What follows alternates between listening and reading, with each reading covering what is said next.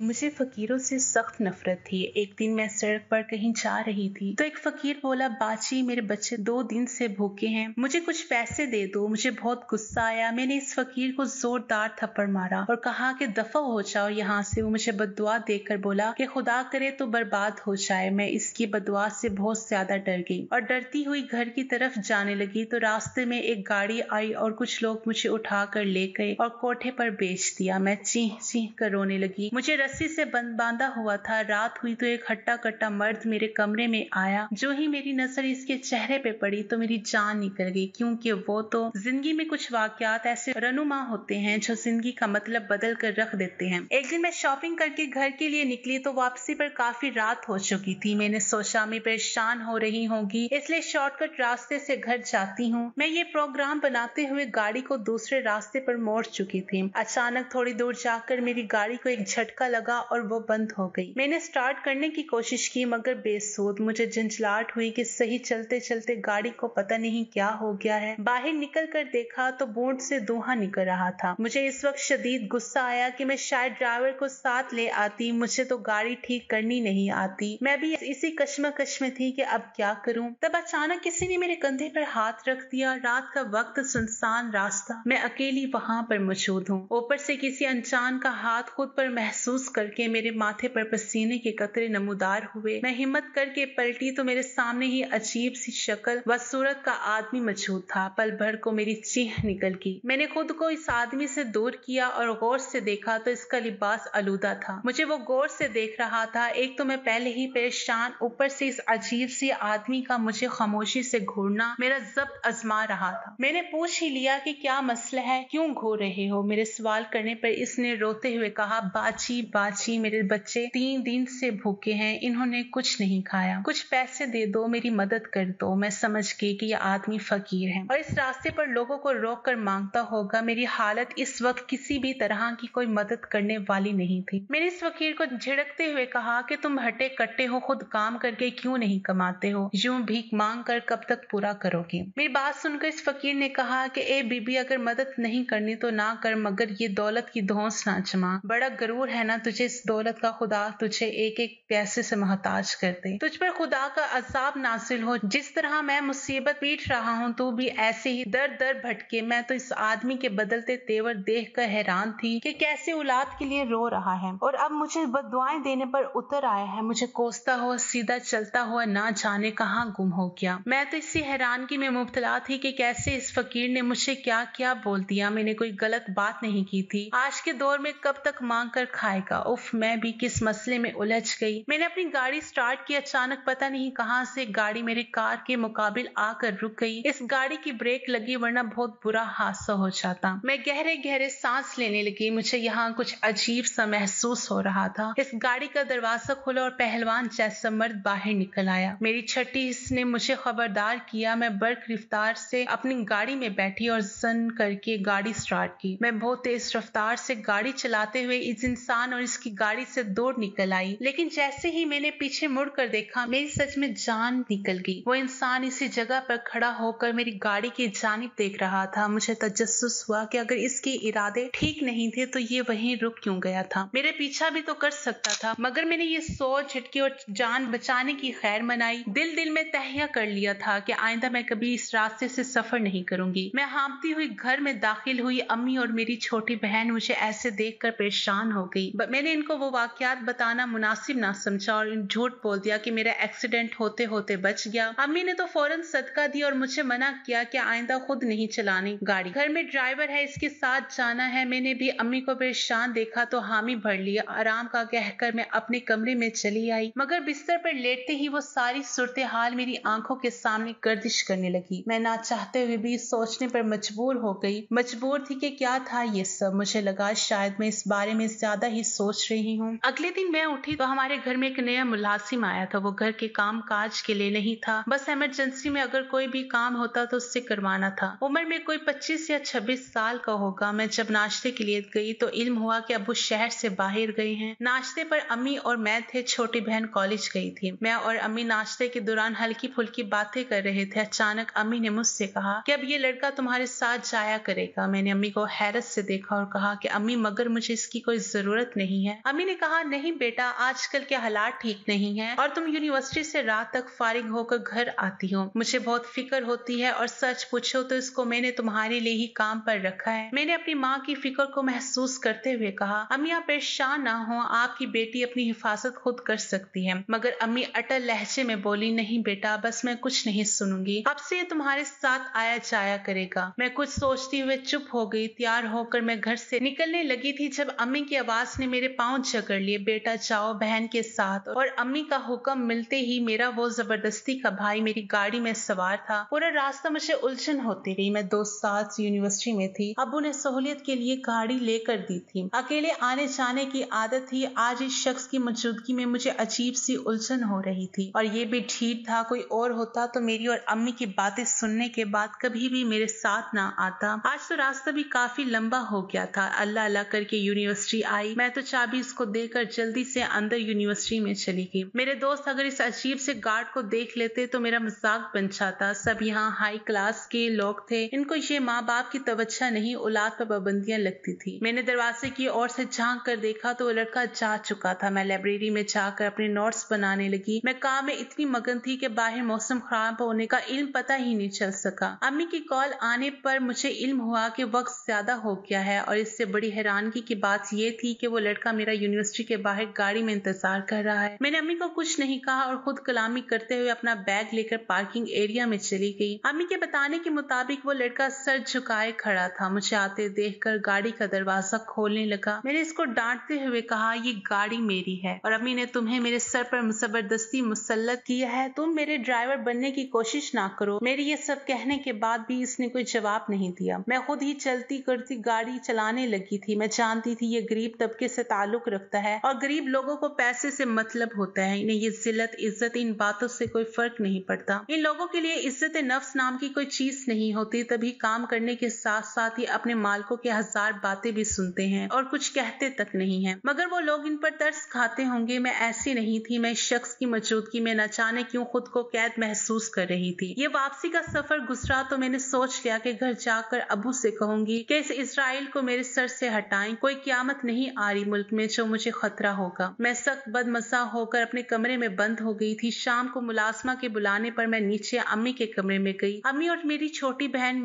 महज गुफ्तगू थी। मुझे देखकर खामोश हो गई। मैंने पूछा, क्या बात है, आप लोग चुप क्यों हो गए? मेरी बात सुनकर मेरी छोटी बहन ने जवाब दिया, अरे आप ही ये छोड़िए और ये बताएं कि आपका बॉडीगार्ड कैसा है। इस इंसान का जिक्र सुनकर मेरे मुंह के जाविये बदल गए, जिसे देखकर मेरी बहन की हंसी निकल गई। अम्मी ने इसको डांटते हुए कहा, बेटा ऐसे किसी पर नहीं हंसते हैं। और मुझसे मुखातिब हुई कि तुम्हें क्यों इससे चिढ़ हो रही है? बेचारा इतना शरीफ और भोला बच्चा है। मैंने कहा, अम्मी मुझे नहीं पता वो भोला है या नहीं, बस मैं कल से इसके साथ यूनिवर्सिटी नहीं जाऊंगी और ये मेरा आखिरी फैसला है। अम्मी इससे पहले कि मुझे समझा बचा कर मनाती, मैं फौरन कमरे से बाहर निकल आई। मगर कहते हैं ना, शैतान का जिक्र किया और वो हासिल वही हुआ। मेरे कमरे से निकलते ही वो लड़का अम्मी के कमरे की जानिब बढ़ रहा था। मुझे एक नजर देकर सर झुका गया और इस बात से मुझे कराहत हुई थी। मैं झंझलाहट से इस मंजर से हट के, ये गरीब लोग की शराफत में मकारी होती है, ये बात पता नहीं कोई क्यों मेरी अम्मी को समझ नहीं आ रही थी। अम्मी थी ये ऐसी शरीफ सादगी पसंद औरत, वो क्या इन चालाक लोगों की चालाकी समझेंगी। अब वो एक बार आ जाए तो इनसे कहकर इस लड़के का कोई बंदोबस्त करवाती हूँ। मुझे पता नहीं क्यों ये लड़का इस घर में खटक रहा था। हालांकि हमारे घर में 2 और भी मर्द मुलाजिम थे, काफी अरसे से काम कर रहे थे। इनको देखकर मुझे कभी ऐसा वैसा कुछ महसूस नहीं हुआ। इन सोचों ने मेरी जहन बांट दिया था। इतना अहम पर्चा होना था मेरा और मैं इसकी तैयारी करने के बजाय इस घर के नौकर पर गौरे फिक्र कर रही थी। घर में रहकर पढ़ाई करना तो मुनासिब नहीं था। मैंने सोचा क्यों न अपनी दोस्त के घर जाकर पढ़ा जाए। मैंने अपनी किताब उठाई और कमरे से निकल गई। सीढ़ियां उतरते हुए मैं सोच रही थी कि अम्मी को बता दूं कि मैं जा रही हूँ। मैं जैसे ही अम्मी के कमरे की जानिब बढ़ी तो अचानक अम्मी की आवाज मेरे कानों से टकराई। मैं जहाँ थी वहीं रुकी। लड़के सुनो तो मेरी बेटी के साथ रहा करो। वो जहाँ जाती है, जिससे मिलती है, क्या करती है, सब खबरें मुझे देना। तुम्हें इसी काम के पैसे मिलते हैं। और हाँ, इसको तुमसे मसला है तो ऐसी वैसी कोई हरकत ना करना, वरना इंजाम तुम्हारी सोच से भी ज्यादा बुरा होगा। अब तुम जा सकते हो। मैं जल्दी से बावर्ची खाने में छिप गई। ये सब क्या था? अम्मी इस लड़के को ऐसा क्यों कह रही थी? मेरे ऊपर अम्मी क्यों नजर रख रही हैं? और इस लड़के को मेरे लिए काम पर रखा गया है। मैं खामोशी से अपने दोस्त के घर चली गई। वहाँ पढ़ाई तो हुई नहीं मुझसे, बस अम्मी की बातें जहन में घूम रही थी। अम्मी को न जाने ऐसा क्या खदशा जाहिर जाहिर हुआ जिसकी बना पर वो मुझे पर पहरे लगा रही थी। मैंने हर लिहाज से इस बात पर खुद को मुंतफिक करना चाहा कि मुझे मेरी किसी कोताही का एहसास हो जाए, मगर मुझसे कोई गलती की हुई हो तो मैं तस्लीम करूंगा ना। ऐसे कैसे मान लूं कि कोई गुनाह सरजद हुआ है। मैं घर जाकर अम्मी से बात करूंगी और सवाल करूंगी कि वो कैसे मुझ पर शक कर सकती हैं। मैंने घर जाकर बात करने का फैसला किया, मगर जैसे ही घर में दाखिल हुई तो टीवी लॉन्च में अबू को बैठा पाया। मैं बेकरार थी, इनके सीने से जा लगी। हाल हवाल लेने के बाद अबू ने मुझे बहुत से तवाइफ दिए जो कि मेरे लिए और मेरी बहन के लिए लेकर आए थे। मैं वो बात भूल गई जो अम्मी से पूछने आई थी। अबू ने जब इस लड़के को देखा तो अम्मी से मुखातिब हुए, ये कौन है? अम्मी ने इस लड़के को आवाज देकर पास बुलाया और बोली, ये जाहिद है, गांव से आया है, मैंने इसको ऊपर के कामों के लिए रखा है। शरीफ सा बच्चा है, अच्छा हुआ आपने इसको खुद ही देख लिया, मैं तो आपसे मिलवाना भूल ही गई थी। अबू ने कहा, अच्छा किया, 100 काम होते हैं, कोई ना कोई मुलाजिम हर वक्त घर पे होना चाहिए। मैंने तब ही कहा, जी अबू ये मेरे साथ यूनिवर्सिटी भी गया था, अम्मी ने इसको खास मेरी देखभाल के लिए रखा है। अम्मी को शायद इस वक्त इस बात की तवक्को नहीं थी, इसलिए घबरा कर अब्बू से बोली, नहीं जी वो तो मैंने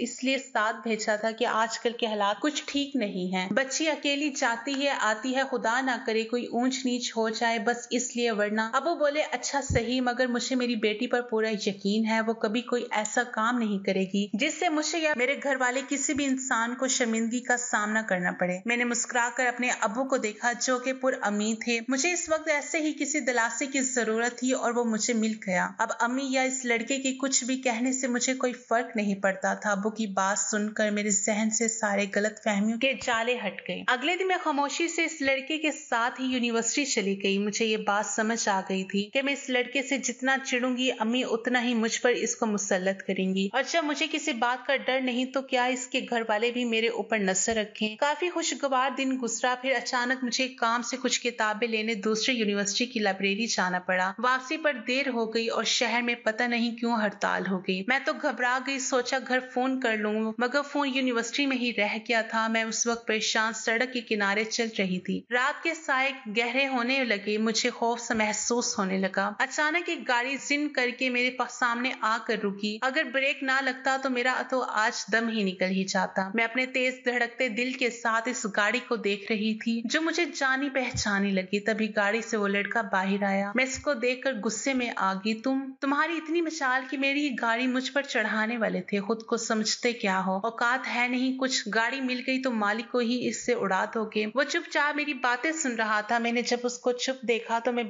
बोली, अब मुंह से कुछ बोलोगी या नहीं? तो वो बोला, बाजी जी वो मैं आपको लेने भेजा, बड़े साहब ने, आ जाए। मैंने इससे नहीं पूछा कि इसे कैसे पता कि मैं कहाँ हूँ, क्योंकि मैं जानती थी वो मेरी यूनिवर्सिटी में जाने के बाद तक वहीं दूर खड़ा होकर मेरा इंतजार करता है, और आज भी मेरे पीछे ही दूसरी यूनिवर्सिटी में आया था। मैं अपनी सोचों में गुम थी जब अचानक इस लड़के ने गाड़ी घर की जानब जाने वाली सड़क के बजाय दूसरी तरफ मोड़ ली। मैं एकदम होश में आई और बोली कि ये घर का रास्ता नहीं है। तो इस लड़के ने कहा, शहर में हालात खराब हैं, रास्ते सारे बंद है, इसी रास्ते से जाना होगा। मैं चुप हो गई। अभी गाड़ी कुछ दूर ही चली थी कि अचानक रुक गई। मैं तो घबरा गई और पूछा, गाड़ी क्यों रोक दी? तब इसने कहा, बाजी गाड़ी बंद हो गई है। मैंने कहा, तो बाहर जाकर देखो क्या हुआ है। वो गाड़ी से बाहर चला गया। जब काफी देर होगी तो मैंने जाकर देखा कि क्या हुआ है। क्यों खड़े हो बाहर? इसने कहा, बाजी समझ नहीं आ रहा क्या हुआ है। मैं परेशान हो गई कि अब क्या होगा। इतनी देर में गाड़ी आई और तेजी से 4 बंदों ने बाहर निकलकर इस लड़के को पकड़ लिया। मैं तो इस अचानक हमले से संभल ना सकी और चीखने लगी, मगर वहाँ कोई होता तो मेरी चीख सुनता। तभी एक शख्स ने मेरे मुंह को दबोच लिया। इसके बाद मुझे कोई होश न रहा। लाल हरी रंग बिरंगी बत्तियां, ये खुशबू, ये सब क्या था? आंखें खोलने की कोशिश में हलकान होती मैं न जाने क्यों जिस्म को हरकत ना दे पा रही थी। जरा सी सकत भी वजूद में ना थी कि उठ सकूं। सोचा पाँव को हरकत दूं, मगर महसूस हुआ कि पाँव भी जगड़े हुए हैं, यानी मैं कैद में हूँ। मगर कहाँ? सब कुछ धुंधला है, कुछ आवाजें भी आ रही हैं, मगर समझने में दुश्वारी हो रही है। सर पर बोझ सा महसूस हुआ और आंखें बंद करने पर जोर दिया गया। इसका कोई जल्दी ही इंतजाम करना होगा, बहुत चालाक लड़की है। अरे सरकार आप फिक्र ना करें, ये चालाक है या आप जानते हैं। मुझे तो ये दुख हो रहा है कि यह हसीन कितनी है। कैश करवाना इसके हुस्न को, क्या माल लाए हो अब की बार तो,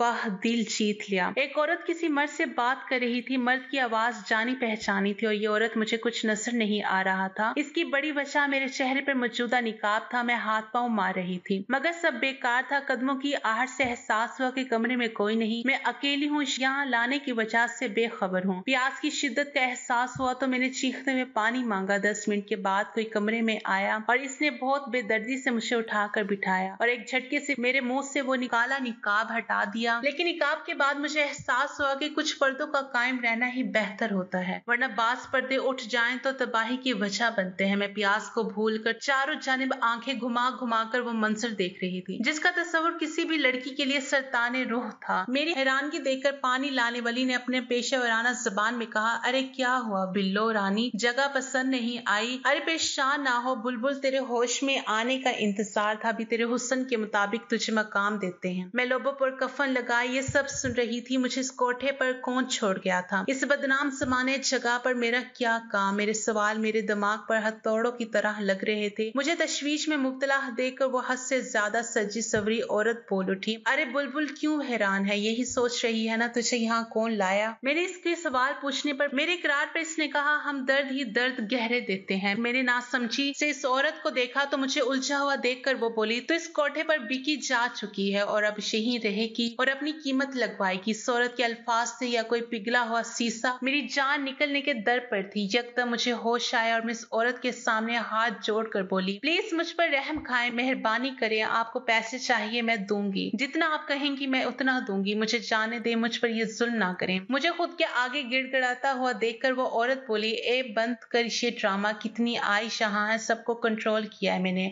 और तू मुझे पैसे से खरीदेगी? पारो भाई नाम है मेरा, मैं मोहर लगाती हूँ तो जैसियों के हुस्न का, तू मुझे पैसे देगी? बंद कर ये तमाशा, भी लड़की आएगी इससे तैयार हो जाना, आज की महफिल में तुझे नुमाइश में लगाना है। वो औरत ये बात कहकर जा चुकी थी और इसकी बात के मुताबिक एक लड़की कमरे में आई और मुझे तैयार करने लगी। मैं खामोशी से तैयार होने लगी। तैयार होने के बाद मैंने इस मेकअप करने वाली से कहा, मुझे वॉशरूम जाना है, रास्ता बता दो। तो इसने एक जानिब इशारा करते हुए कहा, यहाँ अंदर वॉशरूम है। मैं लाल रंग का फ्रॉक संभाले अंदर चली गई और अंदर जाकर कमरे को अंदर से बंद कर लिया। मैं अंदर जाकर एक एक चीज को गौर से देखने लगी और कोई फरार का रास्ता तलाश करने लगी। मैं ऐसे हिम्मत नहीं हार सकती थी, कोई ना कोई मदद ढूंढनी थी। मुझे वो रास्ता जल्द ही मुझे मिल गया। इस कमरे की खिड़की मगर इसमें शीशा लगा हुआ था। मैंने बहुत कोशिश की खोलने की मगर नहीं खुली। मैंने कमरे में कोई काबिले काम चीज ढूंढी चाहे जिससे ये शीशा तोड़ सकूं। मुझे कमरे के कोने में मेज पर एक गुलदान नजर आया। मैंने भागकर वो गुलदान उठाया और पूरी ताकत से शीशे पर दे मारा। पहले ही सर में शीशा चकनाचूर हो गया। मैं जल्द ही से बाहर निकली। इस जदोजहद में मेरा हाथ जख्मी हो गया मगर इस जख्म की तकलीफ आगे मिलने वाले जख्मों के सामने कुछ नहीं थी। मैं जैसे ही बाहर निकली मैंने झाड़ियों के दरमियान से अंधाधुंध भागना शुरू कर दिया मगर इतनी भारी फ्रॉक और भारी होते सर के साथ मैं ज्यादा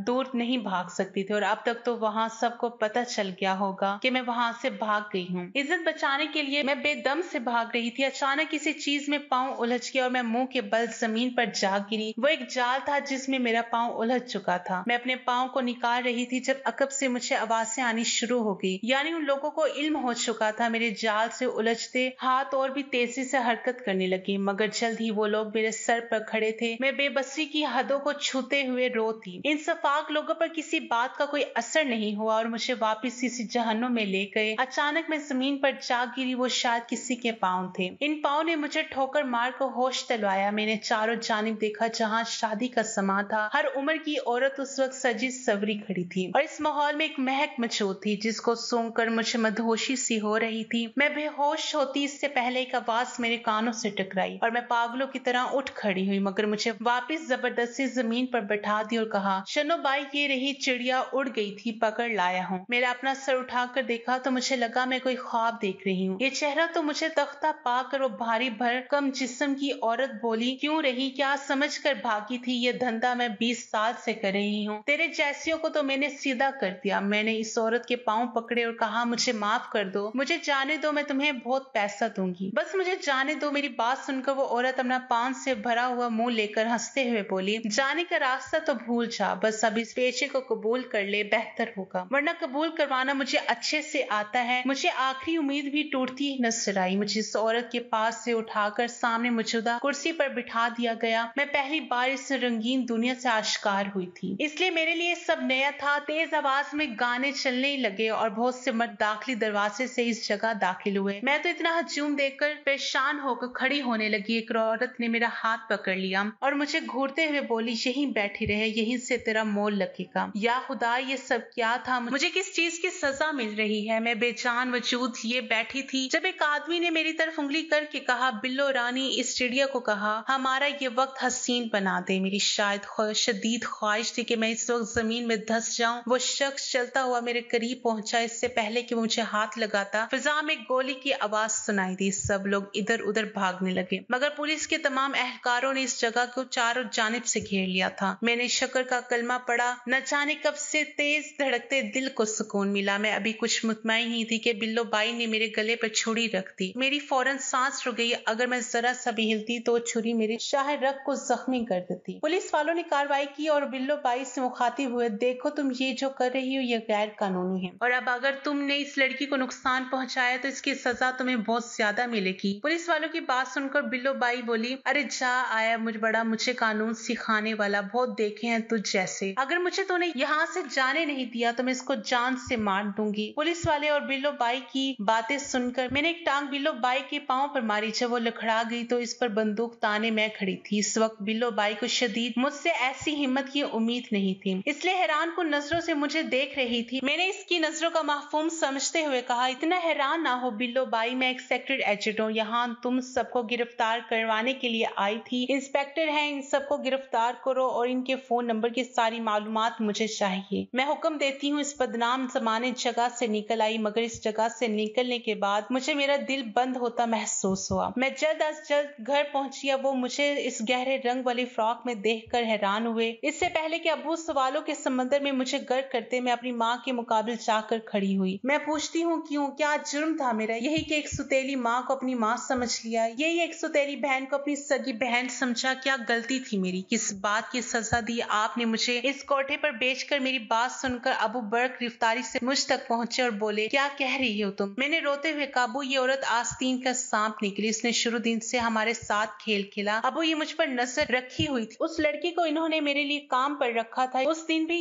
ये ऐसे ही कह रही थी कि मुझ पर नजर रखे, और कल तो इन्होंने हर हद पार कर दी। इस फाक इंसान के साथ मिलकर मुझे अगवा करवा कर कोठे पर बेच दिया। मुझे पता है आप यकीन नहीं करेंगे, मुझे भी यकीन नहीं आ रहा था, मगर जब मैंने इनकी बहन को इस कोठे की मालकिन के रूप में देखा तो मैं समझ गई कि ये क्या साजिश है। और वो लड़का कोई गांव से नहीं आया, बल्कि इनकी बहन का बेटा है, जो कि लड़कियों को अपने प्यार के जाल में फंसा के इस कोठे पर बेच देता है। ये सब मुझे इनके फोन नंबर से पता चला। ये औरत अपनी बहन के साथ मिली हुई थी। मुझे अगवा करवा कर ये आपकी सारी दौलत लेकर यहाँ से भागने वाली थी। अबू मेरी बात सुनकर अम्मी की जानिब गए, जहाँ अम्मी के चेहरे के रंग उड़े हुए थे। अब्बू ने अम्मी को घूरते हुए पूछा, क्या ये सच कह रही है? अम्मी खामोश रही। अब्बू ने इस बार तेज आवाज में पूछा, क्या ये सच कह रही है? अम्मी ने डर के इस बात में सर हिलाया और अब्बू ने एक तेज सन्नाटेदार थप्पड़ अम्मी के मुंह पर दे मारा और बोले, लानत है तुझ पर, मेरी बगैर माँ की बच्ची ने तुझे सगी माँ से ज्यादा मोहब्बत दी और तूने इसके साथ ये घिनौना खेल खेला। अगर दौलत चाहिए थी तो कह देती, मैं सब कुछ दे देता, मगर ये साजिश तो ना करती। जिस थाली में खाया उसी में छेद किया। अब्बू की बात सुनकर अम्मी जल्दी से इनके कदमों से लिपट गई और रोते हुए बोली, मुझे माफ कर दे, मुझसे गलती हो गई, मेरे दिल में लालच आ गया था। अब्बू ने अम्मी को खुद से परे धकेलते हुए कहा, गलती नहीं, इसको गुनाह कहते हैं और इसकी सजा तुझे मिलेगी। मैंने पुलिस एहलकारों को आवाज दी। अम्मी के लाख रोने हल्काने के बाद भी इनको पुलिस के हवाले कर दिया। क्या फरेब था ये? कौन यकीन करता कि औरत ने दूसरी औरत को पामाल करवाने की साजिश की और पैदा करने वाली से ज्यादा हक पाने वाली का होता है। मगर लालच हवस हर रिश्ते को फरामोश कर देते हैं। इन लोगों को उम्र कैद की सजा हुई, मगर ये सजा बहुत कम थी। इन तमाम लड़कियों की तरफ से तो इन जैसे को जिंदा दरोगोर कर देना भी कम था। कैसे सफाक लोग होते हैं जो हर गुनाह सरजद कर जाते हैं। इंजाम जानने के बाद भी ऐसे लोगों के लिए दुनिया और आखिरत में बहुत सख्त अजाब है। अगर आपको हमारी आज की कहानी पसंद आई है तो इस वीडियो को लाइक करें और ज्यादा से ज्यादा शेयर करें। इस तरह की मजीद अच्छी और सबक आमूज कहानियां सुनने के लिए हमारे चैनल को सब्सक्राइब करना ना भूलिएगा। फी मान अल्लाह। अल्लाह हाफिज।